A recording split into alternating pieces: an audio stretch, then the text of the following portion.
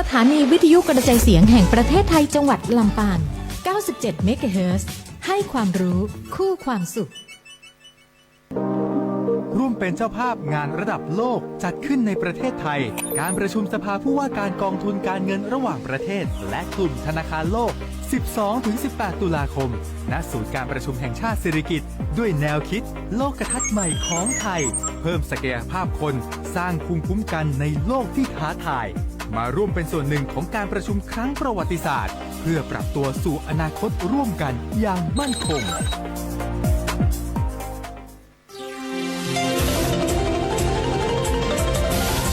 วิทยุแห่งประเทศไทยให้ความรู้คู่ความสุข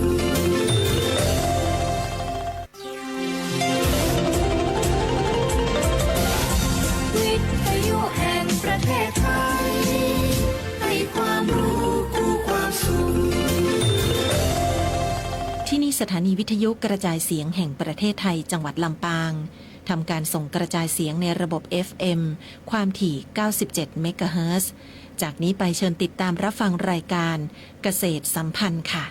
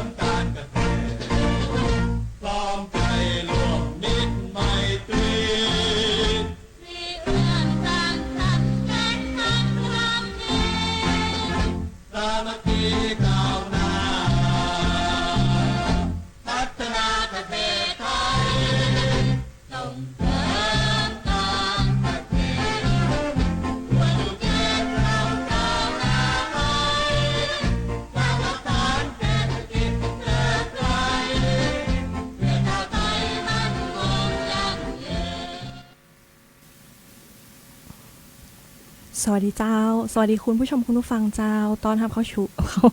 ขออภัยนะคะเข้าสู่ช่วงเวลานะเจ้าของรายการเกษตรสัมพันธ์นะเจ้าวันนี้วันพุธที่5สิงหาคมนะเจ้า2569นะเจ้า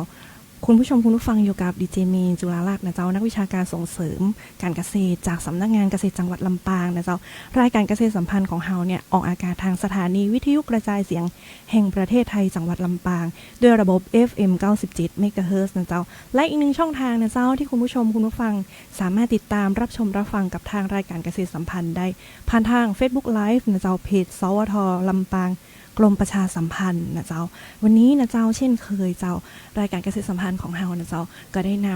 ำเกษตรกรนะเจ้าซึ่งเป็นเจ้าของสวนเลยนะเจ้าผลผลิตที่เฮาจะนำเสนอให้คุณผู้ชมคุณผู้ฟังได้รับทราบข้อมูลในวันนี้นะเจ้าจะเป็นเรื่องของอินทผลัมนะเจ้าซึ่งวันนี้นะเจ้าเฮาก็จะมาในตอนหรือว่าในประเด็นเรื่องของสวนลุงอีนะเจ้า10 ปีแห่งความสำเร็จพัฒนาสายพันธุ์อินทผลัมคุณภาพเมืองลำปางนะเจ้าเนาะซึ่งสวนลุงอีเนี่ยก็น่าจะเป็นที่รู้จักนะเจ้าของผู้ที่เปิ้ลชื่นชอบเนาะในผลผลิตอินทผลัมนะเจ้าซึ่งช่วงนี้ก็กำลังออกผลผลิตเลยนะเจ้าก่อนอื่นนะคะก็จะขอให้ทางแขกรับเชิญนะเจ้าของเฮาในวันนี้นะเจ้าแนะนำตัวนะเจ้ากับทางท่านผู้ชมท่านผู้ฟังนะเจ้าได้รู้จักกันว่าสวนลุงอีนี่อยู่ตังใดนะเจ้าแล้วก็ช่วยเล่านะเจ้าถึงที่มาที่ไปนะเจ้าว่าเริ่มต้นที่ลุงอีมาทำเกี่ยวกับเรื่องของอินทผลัมเนี่ยนะคะก็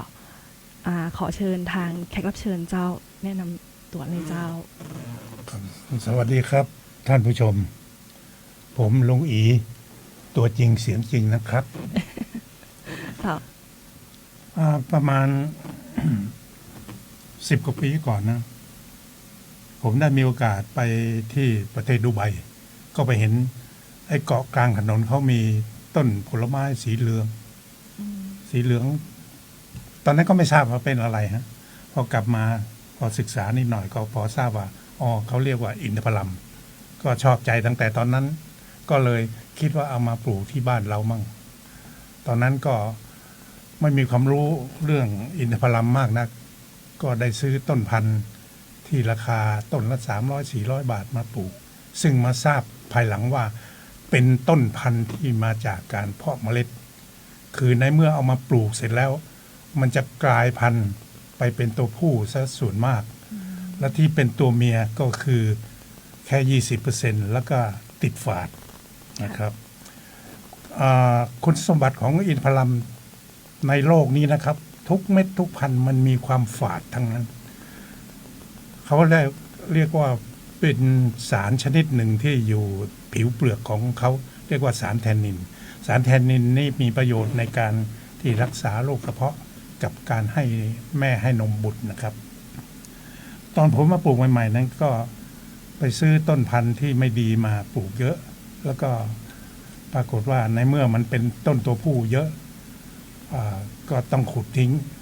คุณสมบัติเขาต้องเอาเกสรตัวผู้มาผสมกับตัวเมียในเมื่อเขามีอายุ 3-4 ปีนะครับถึงจะติดเป็นผลเป็นทลายเป็นลูกทุกเม็ดอย่างนี้นะครับก็ตอนนั้นก็ซื้อมาก็หลังจากปลูกไป 2-3 ปีก็ทราบว่ามันเป็นตัวผู้แล้วเป็นตัวเมียที่คุณภาพไม่ดีก็ขุดทิ้งก็ศึกษาดูนะครับก็ทราบว่าตอนนั้นเมืองไทยเราบ้านเราเนี่ยแถวภาคตะวันออกภาคตะวันตกภาคกลางเนี่ยก็ได้เริ่มปลูกอินทผลัมที่ใช้ต้นพันธุ์เนื้อเยื่อนำเข้าจากต่างประเทศนะครับไอ้คำว่าเนื้อเยื่อเนี่ยถ้าท่านเคยไปงานวัดงานฤดูหนาวอะไรทั้งหลายแหล่ท่านอาจจะเห็นไอ้ดอกกล้วยไม้ที่เขาใส่ไอ้ขวดเหล้าสี่เหลี่ยมเล็กๆอยู่ในนั้นนะนั่นคือการเพาะเนื้อเยื่อกล้วยไม้อันนี้คือการเพาะเนื้อเยื่อของอินทผลัมซึ่งยากมากจนบัดนี้เมืองไทยของเรายังไม่มีใครสร้างเนื้อเยื่อนี้ได้นะต้องนำเข้าจากต่างประเทศราคาเขาก็เลยแพงฮะตอนเมื่อ10 ปีก่อนที่ผมเริ่มปลูกนะตอนนั้นต้นละประมาณ 1,200 บาทจำได้ณเวลานี้ก็ตกประมาณ 2,500-3,000 ต่อต้นนะครับต้นนิดเดียวเท่านิ้วก้อยสูงศอกเดียวนะครับแต่คุณภาพเหมือนแม่ทุกประการนะครับคือรสหวานฝาดน้อยแล้วก็ยิ่งพอสุกเต็มที่แล้วหวานจัดแทบไม่ฝาดเลยนะครับที่สวนลูกอีเขาเนี่ยอยู่ที่ทางไปงาวนะครับจากลำปางไปทางอำเภองาวนะครับจากลำปางไป5 กิโลก่อนถึงโรงพยาบาลมะเร็งหรือถือว่าติดโรงพยาบาลมะเร็งก็ได้ฮะมีสวนลูกอีอยู่ที่นั่นฮะมีพื้นที่ประมาณที่ปลูกประมาณ30 ไร่ก็ปลูกหลายสายพันธุ์ครับผมได้ทดลองปลูกหลายสายพันธุ์มากเริ่มแรกก็ตอนนั้นก็ที่กำลังฮิตอยู่เมื่อ10 ปีก่อน8 ปีก่อนก็คือพันธุ์บาฮีครับที่เห็นเนี่ยพันธุ์บาฮีสีเหลืองครับสีเหลืองนี่ใช่ไหมคะบาฮีนะคะครับชื่อบาฮีหลังจากนั้น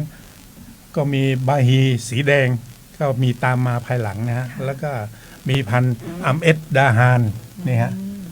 พันธุ์สีส้มสีเขาเรียกสีโอโรสนะอัมเอดดาฮานนะครับแล้วก็มีอีกหลายพันธุ์เช่นพันธุ์โคเนซี่ตอนนั้นผมเอามาทดลองปลูกเนี่ยประมาณ19 สายพันธุ์แล้วหลังจากที่พอเวลาผ่านไปมันไม่อร่อยหรือติดฝาดเปอร์เซ็นต์ฝาดมากก็คัดออกแล้วก็เหมาะกับอากาศกับดินเมืองไทยก็คือว่าบาฮีกับอัมเอดดาฮานครับที่สวนนี่หลักๆแล้วจะเป็น2 สายพันธุ์นี้เป็นบาฮีกับอัมเอดครับเป็นบาฮีกับอัมเอดนะอันนี้คือสมัยก่อนตั้งแต่เริ่มแรกนะแต่หลังจากนั้น 2-3 ปีได้ผมได้พัฒนาสายพันธุ์โดยผมไปหาเม็ดพันธุ์ที่เพาะปลูกโดยการเพาะเมล็ดมาจากอินเดียนะครับผมเอามาตอนนั้นจำได้ว่า13 เม็ดเอามาปลูกขึ้น5 ต้นพอขึ้น13 ต้นพอเสร็จแล้วเราเอาไปเช็คตัวผู้ตัวเมียเพื่อเราจะไม่ปลูกให้เสียเวลาการปลูกอินทผลัมเนี่ยเขาปลูก ตัวผู้กับตัวเมียคือต้องมีตัวผู้ประมาณ 10% ค่ะ นะฮะเพื่อเอาเกสรตัวผู้ไว้ผสม ค่ะ นะครับตอนนั้นผมก็ได้ตัวเมียมา5ต้นเม็ดพันธุ์จากอินเดียนะฮะ เจ้า พอปลูกมาตอนนี้ก็ได้ผลผลิต 4-5 ปีแล้วได้ผลดีมากก็คือหวานกรอบแล้วก็ไม่ฝาดเลย ค่ะ นะครับแล้วก็เม็ดโต ค่ะ นะครับขายดีมาก ค่ะ แต่เขาจะออกก่อนบาฮีกับอัมเอดาฮานประมาณ1 เดือน เขาจะออกต้นเดือนกรกฎาคมนี่ครับ ค่ะอ๋อก็ที่สวนนี้ก็คือทำมามากกว่า10 ปีแล้วนะ ประมาณ10 ปีครับ ประมาณ ครับ 10 ปีอะค่ะ ตอนนี้ในส่วนของทางสวนลุงอีนอกจาก2 สายพันธุ์นี้แล้วก็ยังมีสายพันธุ์อื่นอีกใช่ก็เจ้าที่เขาปลูกอยู่เนาะ มีครับ แล้วก็ ที่กำลังพัฒนาเป็นสวนลุงอี กำลังพัฒนา 1 2 3 4 5 ก็คือ 6 7 8กำลังพัฒนาไปเรื่อยๆครับ ก็คือพัฒนาในส่วนของสายพันธุ์แม่แล้วก็มาเป็นสายพันธุ์ที่เฉพาะของสวนลุงอีใช่ไหมคะเรา ครับ อ๋อ ครับ ค่ะ แล้วก็จุดเด่นของสายพันธุ์ที่สวนลุงอีเนี่ยค่ะ จุดเด่นของตัวผลผลิตนี่พอจะบอกได้ก็เจ้าว่าของเฮานี่มีจุดเด่นแตกต่างจากที่อื่นจะไรของเจ้าอินทผลัมนะคะ คือหวานกรอบเม็ดโต ม นะครับ เม็ด ค่ะ โตมากเลยค่ะ ค่ะ ครับ อันนี้คือพันธุ์ที่เขาพัฒนามาแล้วคะหรือว่าเป็นพันธุ์ อันนี้พันจากไอ้เนื้อเยื่อ อ๋อพันธุ์ นี่ก็เนื้อเยื่อ เจ้า แต่พันจากการพัฒนาคือเราเอาเม็ดมาปลูก ถ้าเขาดีเด่นก็เป็นต้นเดียวมีอย่างละต้นแค่นั้นครับ เจ้า เพราะหลายเม็ดที่เอามาเนี่ย อืม นะฮะแต่ละต้นเขาก็มีจุดเด่นอะไรของเขาเท่านั้นเลยครับ อ๋อค่ะ ก็จะเป็นตอนนี้ก็คือพัฒนาในส่วนของพันธุ์ลุงอีนะเจ้า ครับ เจ้า เป็นให้ชื่อลุงอี พันธุ์ลุง เพราะ อี ถ้าที่ผมศึกษานะขณะนี้ก็มีทางภาคกลางกับภาคอีสาน ค่ะ ภาคอีสานนี่ก็มีเขาสีเขาแดงครับเม็ด ค่ะ เหมือนกันฮะคือคงจะหามาจากประเทศอินเดียหรือประเทศตะวันออกกลางที่พันธุ์ที่ดีๆ แล้วเอามาปลูกนะครับ เจ้า แล้วก็จะขอสอบถามลุงอีกค่ะ ช่วงแรกๆเนาะที่เรามาปลูกเนี่ยเจ้าก็น่าจะมีความท้าทายเนาะทั้ง ครับ ในเรื่องของสภาพพื้นที่หรือว่าสภาพภูมิอากาศเนี่ยเจ้าอยาก ครับ ให้ลุงอีกช่วยเล่าถึงประสบการณ์ในส่วนนี้เจ้าว่าเราผ่าน จุดนั้นมาได้ด้วยวิธีการแบบไหนหรือว่าเรามีวิธีการแนวทางในการแก้ไขปัญหาที่เราเจอท่านได้จะไรของเจ้า ประสบการณ์ครั้งแรกที่สุดก็คือเราไม่รู้อะไรเลย เจ้า เราก็ซื้อต้นพันธุ์ที่ถูกๆมาปลูก เจ้า แต่พอเราศึกษาไปมันก็นี่แหละ Google อะไรเนี่ยนะเราศึกษาไปเราก็ทราบว่าต้องมาจากต้นพันธุ์ที่เพาะเนื้อเยื่อเท่านั้น อืม ถึงเขาจะราคาแพงหน่อยมันก็คุ้ม เจ้า คือปลูก3 ปีก็ขึ้น แล้วก็เขาจะเหมือนต้นแม่ เจ้า ที่มาจากต่างประเทศอะทุกประการ เจ้าอืมอยากทราบถึงแรงบันดาลใจเนาะหรือว่าทำไมแบบคุณลุงอินถึงแบบได้สนใจในการที่เราจะมาปลูกเกี่ยวกับอินทผลัมเนี่ยเจ้าเพราะว่าพืชบนโลกนี้ก็มีหลากหลายชนิดเนาะแต่ว่าทำไมถึงสนใจอินทผลัมเป็นพิเศษเจ้า อย่างแรกที่สุดก็คือประทับใจตอนไปเห็นที่ดูไบเนี่ย อืม อีกอย่างหนึงก็คือเท่ามะละกัวเป็นอัลไซเมอร์ อืม ก็อยากจะหาอะไรทำที่มันให้สมองใช้งานใช้เงิน มันจะไม่เป็นอัลไซเมอร์ครับ เจ้า น่ากลัวที่สุดนะครับอัลไซเมอร์ เจ้าแล้วก็คุณสมบัติหรือว่าความพิเศษของอินทผลัมนี่มีกับเจ้าลุงเอก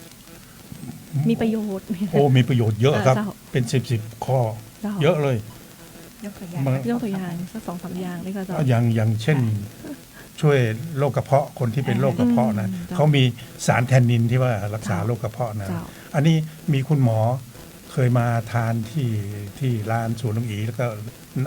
บอกว่าเนี่ยสารแทนนินมีเยอะเนี่ย เจ้า เป็นประโยชน์มาก อืม แล้วอีกอย่างก็สำหรับแม่ที่กำลังให้นมบุตรเนี่ยกำลังเป็นให้นมอย่างดีเลยครับ เจ้า อันนี้ เดี๋ยวจะช่วยให้คุณแม่มีน้ำนม ครับ ดี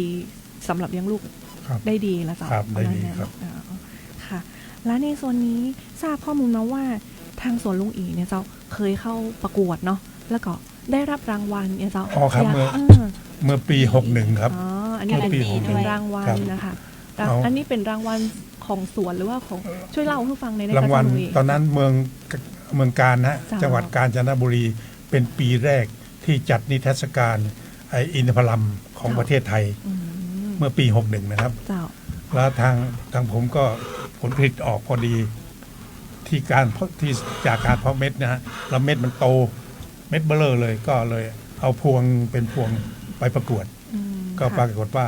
ได้ที่หนึ่งมาได้ถ้วยรางวัลมาครับ จ้า ที่เมืองการครับ อันนี้รางวัลอะไรนะคะ ที่สุด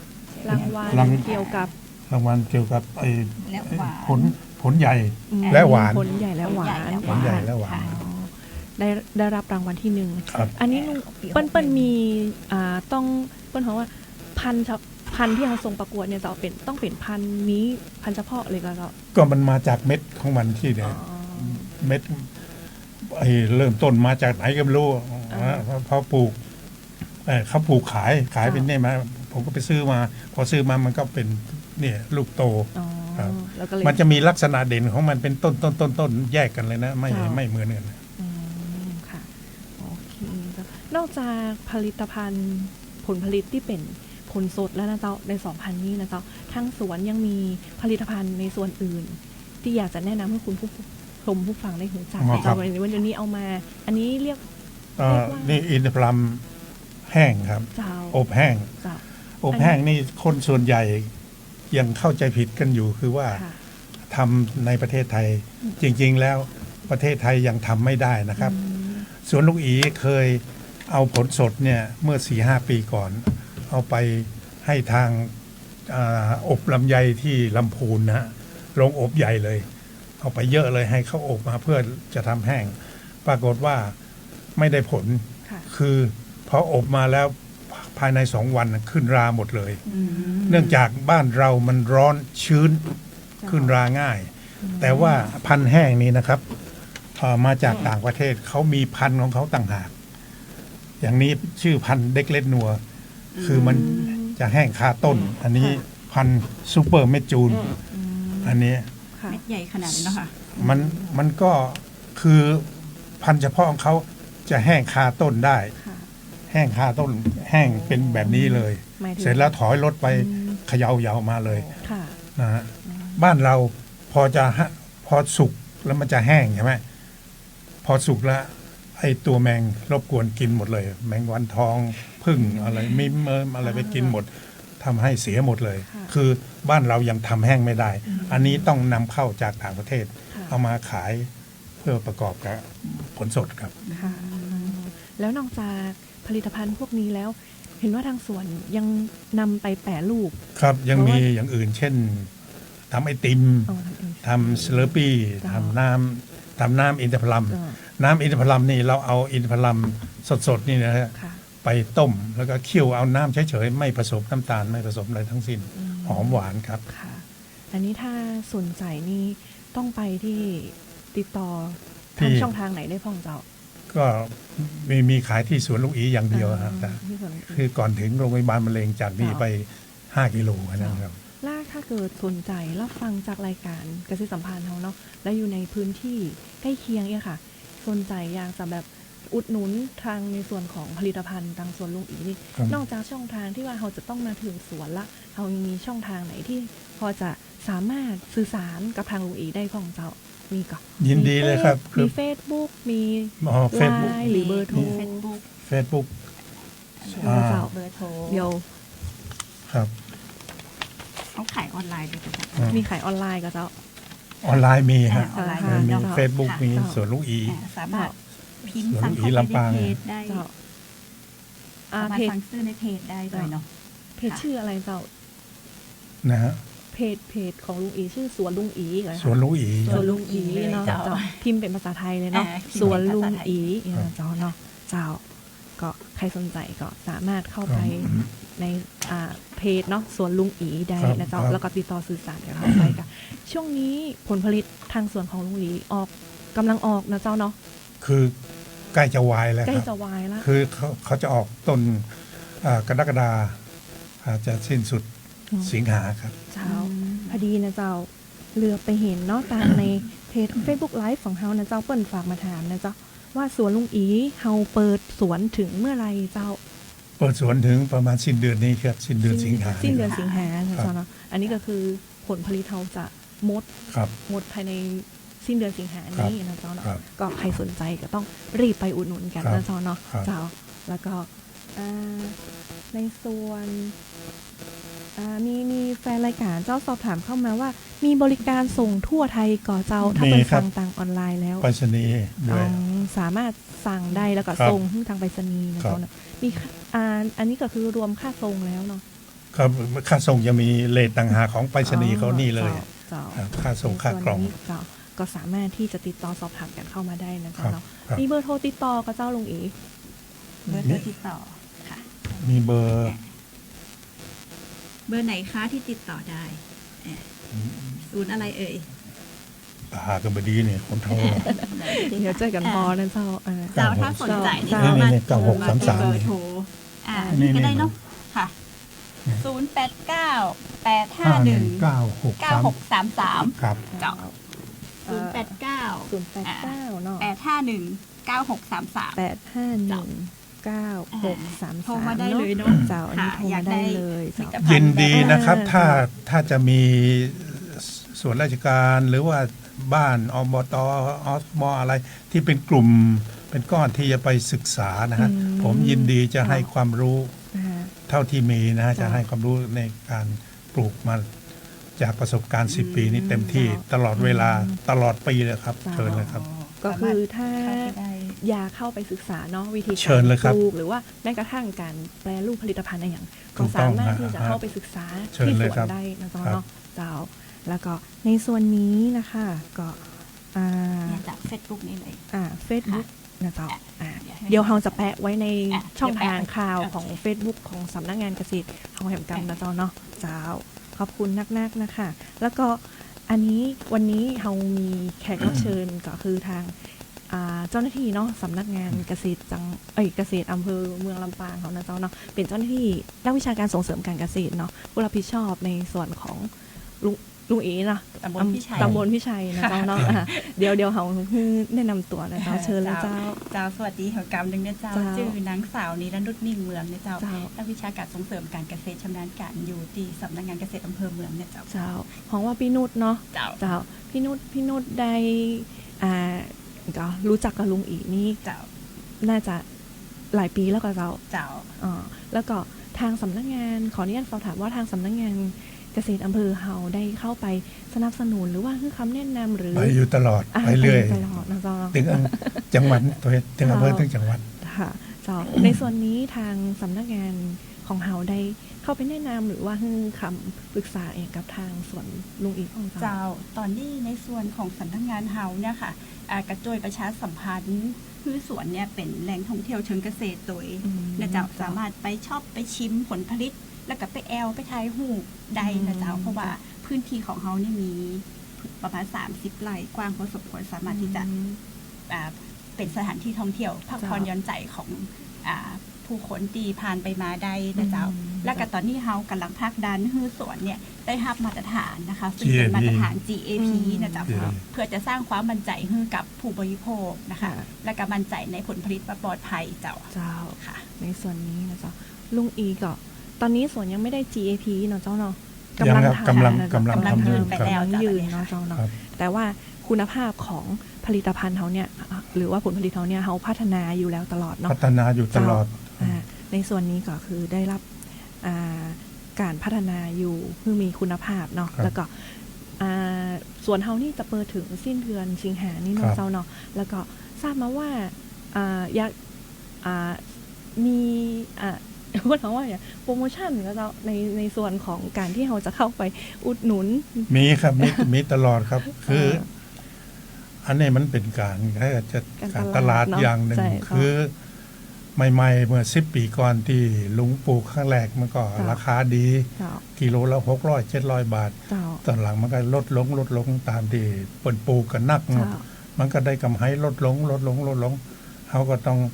มีโปรโมชั่นอย่างตลอด เจ้า ครับทีมงานของเขานี่ก็มาประชุมวันนี้ราคาแต่ใดวันผูกราคาอะไรโอ้ลดราคาเหลือท้องเยาวราชก่อนนะ ตอนนี้โปรโมชั่นซื้อ500จ่าย400ยังมีอยู่กับเจ้า มีครับทั้ง ยัง 100 มี สาย อยู่ 400 ค่ะมีอยู่จ โปร น โม ถึง ชั่ สิ้ น นเดือนเลยเนาะ ตั้งแต่ ค่ะ เริ่มต้นกิโล400 300 200 100เหลือ100เช้ามาเดียว100เช้าถ้าซื้อ2กล่องเหลือ100ไอ้มันก็ตลอดครับ จ้ะ เหลือท้องค้ำกว่าอย่างที่ว่านั่น เจ้าแล้วก็ในส่วนนี้ค่ะ ที่สวนลุงอีนี่เขามีเวลาปิดเปิดแล้วก็วันทำการอย่างอีกก็เจ้าช่วย 8 โมงเจ้าถึง 6 โมงแรงครับ ถ้าเขาใครได้โปรโมชั่นนี้ก็สามารถที่จะเข้าไปในที่สวนเนาะ8 โมง ได้เลย 8 ครั โม บ งเช้า เชิญเลยครับ 6 โมงแรง ครับ เจ้า ผม เปิดทุกวันก็เจ้า ทุกวันครับ จันทร์ถึงอาทิตย์เลยเนาะ ครับ เจ้าสามารถเข้าไปเยี่ยมชม แล้วก็ ครับ ไปอุดหนุนที่สวนได้นะเจ้า ครับ เนาะ ครับ นอกจากที่สวนแล้วก็ยังมีช่องทางติดต่อในเรื่องของ Facebook แล้ว ค ก็ รับ เบอร์โทรศัพท์เนาะที่ ครั เขา บ บอกไปนะเจ้า ได้ครับ โอเคค่ะ ในส่วนนี้ก็มาถึงในช่วงท้ายของรายการแล้วนะเจ้าเราจะขออนุญาตให้ลุงอีนะเจ้าฝากถึงข้อคิดหรือว่าแรงบันดาลใจสำหรับเกษตรกรรุ่นใหม่หรือว่าเกษตรกรที่เปิ้ลสนใจเกี่ยวกับเรื่องของการทำสวนเพื่อ ครับ เจ้า ค เชิ รั ญ บ เลยเจ้า ก็ถ้าจะคิดจะปลูกพักปลูกผลไม้อะไรอย่างนี้ก็ต้องพอดีๆหน่อยหนึ่ง ไอ้ต้องศึกษาหน่อย เจ้า ก็อย่างตีลุงเราฟังกำแหลกลุงมาหู้เรื่อง ไปซื้อต้นพันธุ์ถูกๆมานะครับ ก็เลยต้องคุดทิ้งนะครับ ว่าต้องเอาไอ้ต้นพันธุ์ที่ดีๆ แปลงๆมาลงทุนทีเดียวเลยนะครับ มันจะได้ผล2บดี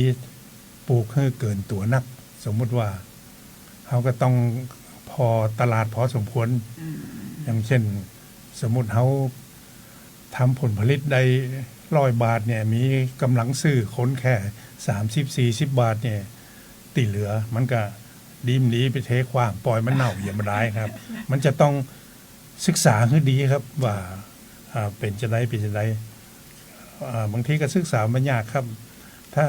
อย่างอินทผลัมนี่ถ้าปลูกคือเหมาะสมกับที่ความต้องการของตลาดนะครับ เขาสามารถทำได้ต้นละ 10,000 บาทต่อต้นต่อปีนะครับ ปีหนึ่งเขาออกแต่ว่าถ้าปลูกเป็นพันต้นมันก็อิดผ่องนะฮะต้องดูตลาดต้องดูกำลังเฮาแล้วก็ข้อสำคัญที่สุดก็คือน้ำปุ๋ยบางคนมาถามผมเยอะมาถามลุงเยอะว่าผมปลูกไว้3-4 ต้น 5 ต้น 10 ต้นจะได้มาได้กินเนี่ยผมก็มาหู้อยากอธิบายจะได้ก็เลยบอกไว้ว่ามันเขาเป็นสิ่งมีชีวิต จ้ะ นะครับ อย่างคนเฮาเนี่ยถ้ากินกับกล้วยมันตั้งแต่ต้นถึงอายุ30-40มันจะเป็นยังไงเพราะผมเป็นเงาๆมันก็ครับ เพราะฉะนั้นผลไม้นี่เหมือนกันเขาต้องมีเป็นห้องว่าปุ๋ยNPK โซเดียมโพแทสเซียมฟอสฟอรัสเป็นอาหารธาตุหลักของเขา ขาดอาหารหาหมู ครับก็ต้องให้เขาของ เจ้า ไม่ใช่ปีหนึ่งซื้อมาจงขี้ควายเขามาใส่กระสอบเดียว มันก็ไม่ได้กินเนี่ยครับ เจ้า ผมก็มีข้อคิดตัวเองครับ เจ้าก็จริงๆก็คืออย่างอีกว่าเนาะต้นไม้ก็เหมือนคนเฮาเนาะต้อง ครับ กินอาหารที่มันครบ5 หมู่เนาะ ครับ เจ้า ครับ โอเคเจ้าก็ทิ้งท้ายแหมน้อยนึงนะเจ้าก็อยากให้ลุงอีช่วยเชิญชวนเนาะแฟนรายการของเฮาว่าไปอุดหนุนที่สวนลุงอีแล้วก็ ส่วนลุงอีหรือวันที่8 ถึง 10นี่ที่งานเกษตรที่กันนักกล่อมครับ เจ้า 8 ถึง 10 สิงหา 8 ถึง 10เนี่ยครับวันผู้วันฮื้อเนี่ยครับ แล้ว ไป เขา ออก ใช้ บูธที่การนังกล่อมตัวเอง ครับ เจ้า แล้วเขาใช้โปรโมชั่นแต่ที่ได้ก่อน มีครับมีโปรโมชั่น ดีลุงอีไปหันลดพิเศษแถมซ้ำ เจ้าถ้าเป็นว่าฟังมาจากรายการเกษตรสัมพันธ์นี่ลุงอีมีโปรโมชั่นพิเศษถึงก่อน มีครับ ตอนนี้ขอเงียบไปก่อนได้เอาไปก่อน ได้เจ้าโอเคเจ้าก็วันนี้นะเจ้าก็ต้องขอขอบคุณนะเจ้าเนาะลุงอีนะเจ้าลุคุณสุชาตินะเจ้าวิญญาภาพเนาะ ครั เก บ ษตรกรเจ้าของ ชู สวน ชาติ ชูชาตินะเจ้า ครับ สุมาเจ้า คุณชูชาตินะเจ้าวิญญาภาพนะเจ้าเกษตรกรเจ้าของสวนอินทผลัมสวนลุงอีนะเจ้าเนาะ ครับ เจ้าก็มีความรู้ในเรื่องของอินทผลัมนะเจ้าสามารถที่จะเข้าไปติดต่อเนาะถ้าสนใจเนาะ เชิญเลยครับ เจ้าเรียนรู้แล้วก็เข้าไปอุดหนุนผลิตภัณฑ์แล้วก็ผลิตผลดีๆนะเจ้าเนาะ เชิญเลย ก็ปีนี้ก็จะถึงสิงหานี่เนาะจะ ค ปิ รั ด บ สวน สิ้น ละ สิงหา เจ้า ครับ ในช่วงนี้ก็คือจะเป็น เปิ้นฮ้องว่าผลผลิตเนี่ยมันจะออกในช่วงบ่เกินเดือนสิงหานี่ทุกปี ครับ นะเจ้า ครับ เนาะ ทุกปีประมาณนี้ครับ จะได้ก็ฝากไปอุดหนุนกับทางสวนลุงอีตัวนะเจ้าเนาะวันนี้ก็ต้องขอบคุณนะคะอีกครั้งนะเจ้าของลุงอีนะเจ้าก็รายการเกษตรสัมพันธ์ของเฮานะเจ้าหมดเวลาลงแล้วนะเจ้าก็กลับมาพบกันในโอกาสหน้าสำหรับวันนี้นะเจ้าสวัสดีเจ้า สวัสดีครับ